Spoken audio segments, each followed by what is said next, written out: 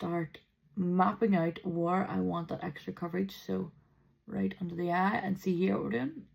You're naturally lifting the eye with concealer as well. So even if you don't get that wing on there, don't worry, because the concealer does a hell of a lot of lifting and brightening, so it does. I like to bring some brightness to the center of my face as well. So even though this is not a super brightening concealer, I'm just going to add a little bit there. I run a little bit down the center of my nose. I like this is dried substantially enough underneath. Easier to undo mistakes on a wet base than it is on a dry base. So taking a brown eyeliner and to give that shape back again, because we lost it when we stamped out our concealer. Just to add that little tail. Airbrush bronzer. One of Charlotte Tilbury's best bronzer. Well, no, I would say Beautiful Skin is pretty up there, but don't judge the bronzer brush that I'm going to pull out right now, because I just won't let it go. Start warming up those areas where we already have our cream bronzer. We've already got that nice base, so that's going to help with the longevity of the makeup. And then always hit the nose, because the nose always gets forgotten about. It's time to choose a lip. Hot Gossip by Charlotte Tilbury.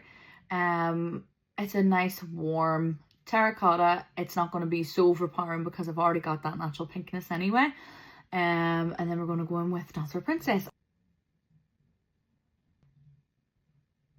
Make sure that it's nicely shaded in the inner corners. So what that means is just filling in the little corners in here so that I'm getting a nice soft ombre. Just take your ring finger and just sort of diffuse that out as well if it's looking a bit too harsh. Dance for Princess, love her. So right in the center. Next, blusher. This is the Charlotte Tilbury Pink Gas and Blush one. Disperse a little bit of that product onto the back of the hand. So blush, high points of the cheeks. And just keep working it up. Nice and glowy. So now blusher's on. We're basically almost finished. What I would go in then with and do next is get my airbrush powder.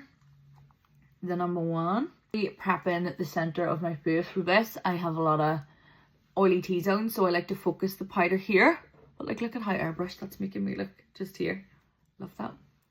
It's number one for a reason, guys. Last step.